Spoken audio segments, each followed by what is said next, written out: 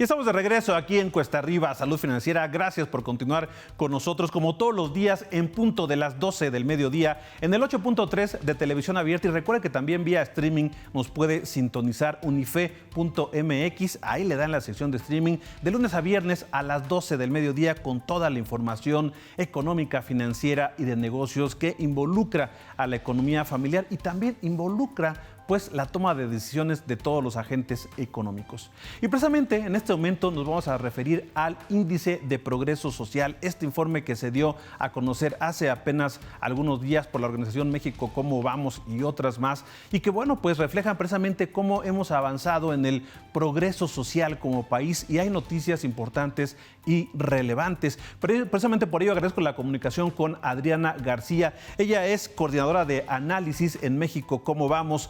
Adriana, ¿cómo estás? Muy buenas tardes, gracias por la comunicación. Hola, buenas tardes, muchísimas gracias por la invitación, un gusto estar aquí. Gracias, Adriana. Oye, bueno, pues como lo comentaba, se da a conocer hace algunos días este índice de progreso social y bueno, pues más allá de los indicadores cuantitativos que vemos pues prácticamente todos los días, también hay indicadores cualitativos que vale la pena retomar. ¿Cómo nos encontramos como país en cuanto al progreso social? ¿Qué resultados han detectado ahí en México? ¿Cómo vamos, Adriana? Por supuesto, en México Cómo Vamos presentamos el índice de progreso social y esta es una medida complementaria al PIB per cápita, ya que no medimos las variables por estado en cuanto, por ejemplo, cuánto se ha destinado a la inversión en salud, sino efectivamente cuántas personas tienen acceso a los cuidados de salud básica. Este lo dividimos en 3 pilares. El primero es necesidades humanas básicas, y esto es prácticamente tener los nutrientes necesarios cuando nacemos, que se nos atienda en los servicios de salud para que no nos muramos, que no nos maten en la calle. Después tenemos el pilar de fundamentos del bienestar, y aquí ya los ingresos de las familias juegan un rol importante, porque no es solamente tener acceso a servicios públicos, sino también invertir en capital humano, como mandar a los niños a la secundaria. Y también tenemos en este pilar, por ejemplo, indicadores de la calidad medioambiental a nivel estatal. Y finalmente tenemos la dimensión de oportunidades, donde ya tenemos otro tipo de indicadores, como es la interacción con el gobierno electrónico, la paridad de género en los congresos locales. Entonces los invito a que conozcan el índice en la página de México Cómo Vamos.mx, y ahí van a poder encontrar el micrositio y poder comparar cómo está su estado, porque en México Cómo Vamos presentamos la serie desde 2015 a 2022. Ahora, los resultados de este año. Tenemos un máximo en progreso social. Por fin superamos el indicador que habíamos obtenido en 2018, donde se había registrado el máximo. Después recordemos que tuvimos una pequeña contracción económica que en el progreso social también se vio reflejado en 2019, y pues la pandemia que nos contrajo el avance en progreso social muy importante en todos los estados de la República. Entonces lo que vemos es que ahora en 2022 este puntaje es el máximo, pero también uno de los grandes hallazgos que tenemos es que los estados en los primeros lugares casi no varían. Encontramos a la Ciudad de México, Aguascalientes y Nuevo León disputándose los primeros 3 lugares en esta serie de 2015-2022.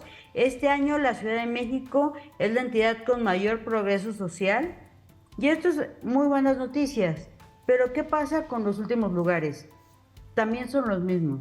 Tenemos un importante rezago en el sureste mexicano, y esto es Guerrero, Oaxaca y Chiapas, que así como les contaba que los primeros 3 se disputan el mejor lugar, estos 3 han permanecido en la parte inferior del ranking durante todos los años de medición, y desafortunadamente Guerrero se encuentra en la posición 32 con los indicadores 2022. Esto es antes de poder cuantificar el impacto que tuvo Otis en Guerrero. Entonces vemos que hay un progreso social dinámico en el país, pero también vemos importantes disparidades entre los estados de la República. Uh-huh. Oye, Adriana, y bueno, esto que comentas me parece muy interesante porque al final de cuentas, también cuando llegó esta administración federal, cuando llegó Andrés Manuel López Obrador a la presidencia, dijo que se iba a apostar mucho por la parte del sur-sureste de la República, precisamente porque esto ya lo sabíamos, que es la parte menos desarrollada, que menos ha avanzado en cuanto a índice también de crecimiento y progreso social. Pero, por ejemplo, estas obras que se han anunciado allá en esa región del país, ¿podrían impactar en un futuro en mejorar el progreso social o bueno, lo que se ha hecho ya? Porque, por ejemplo, generación de empleos creo que se ha tenido por las obras que se están haciendo. Me refiero al Tren Maya, me refiero a la refinería. ¿Impacta esto o impactará más en el futuro para avanzar en progreso social o son cosas diferentes? Mira, ese es un excelente punto. Nosotras analizamos el caso de Tabasco. En Tabasco está la refinería de Dos Bocas. Uh-huh. Y la inversión pública en esta administración ha sido más de la mitad del tamaño de la economía de Tabasco. Y entonces, cuando vemos nuestro semáforo de crecimiento económico estatal, Tabasco aparece hasta arriba con tasas de crecimiento muy importantes. También, cuando analizamos los datos de empleo formal o de los puestos de trabajo que registra el IMSS, que es nuestro proxy para nuestro semáforo de generación de puestos de trabajo formal, encontramos que la mayor brecha entre hombres y mujeres se encuentra justamente en el estado de Tabasco. Aquí es poner el foco en que las políticas públicas sí importan, no solo en cuánto dinero le estoy destinando a un estado, sino también cómo lo implemento, cómo hago que este estado tenga un crecimiento sostenido e incluyente. Eso lo vemos con los datos del IMSS. Pero, ¿qué pasa con progreso social? Medimos 56 variables en estas tres dimensiones y Tabasco se encuentra en el lugar 28, cuando uno esperaría que después de tanta inversión tuvieran una mejor calidad de vida. Eso no se está traduciendo en mejores viviendas, mejores servicios públicos, servicios de salud, alumbrado público, mayor interacción con el gobierno. Entonces es muy importante que no solo midamos el posible, el éxito de un programa presupuestal en función de cuánto dinero se destina, sino de qué forma se hace. Ahora, pasando a otros estados del sureste, como son Oaxaca y Veracruz, consideramos que es fundamental que continúen las obras de infraestructura, o más bien que se dé claridad de las obras de infraestructura del corredor interoceánico del Istmo de Tehuantepec. Unir comercialmente o integrar a esta zona del país con el sureste de Estados Unidos es crucial para que también puedan participar de los beneficios del nearshoring, del dinamismo del sector exportador, etcétera. Entonces necesitamos infraestructura que permita conectar el sureste mexicano con el sureste americano. Pero, ¿qué pasa en el caso de Guerrero? Y eso nos preocupa mucho en México, ¿cómo vamos? Porque no está considerado en el corredor interoceánico. También en esta edición del Índice de Progreso Social analizamos un poco de indicadores de nearshoring y nos damos cuenta que el nearshoring sí está llegando, pero llega a estados con un alto progreso social. Se necesita vías de comunicación, integración con el comercio internacional, pero también capital humano. Claro. Para poder atraer estas industrias. Lo que vemos es que por un lado el norte del país, el Bajío, está integrado a estas cadenas de suministro.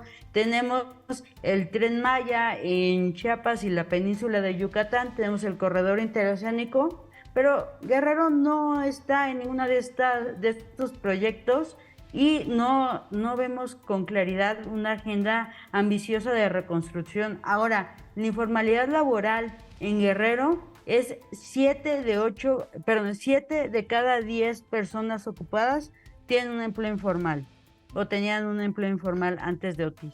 Claro. Sí, y es que la informalidad también, al final de cuentas, afecta el progreso social. Y México es un país en el que hay una alta informalidad, tanto en los negocios como en los trabajadores. Ahora, solamente para las personas que nos ven en este momento, Adriana, y intentan pues decir, bueno, ¿y cómo me encuentro yo? ¿Cómo se encuentra mi familia, mi entorno en cuanto al progreso social? ¿Cómo puede una persona identificar o medir o por lo menos estimar si ha avanzado en el progreso social en los años recientes?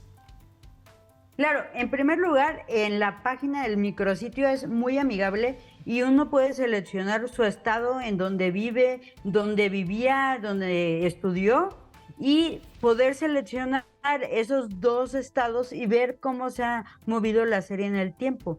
Pero también podemos hacer un zoom in a las fichas por estado y ver, por ejemplo, podríamos hablar de Guerrero y ver que se encuentra en los últimos lugares de agua y saneamiento.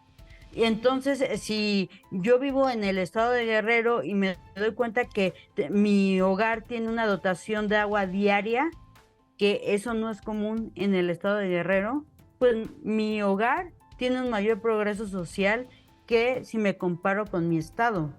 Pero también eso nos va a abrir la puerta a compararse con estados que tengan un mayor progreso social y que comencemos los ciudadanos a pensar cómo le hacemos, qué políticas diferenciadas necesitamos para que mejore nuestra calidad de vida, porque al final de cuentas el crecimiento económico es una condición necesaria pero no suficiente para mejorar la calidad de vida.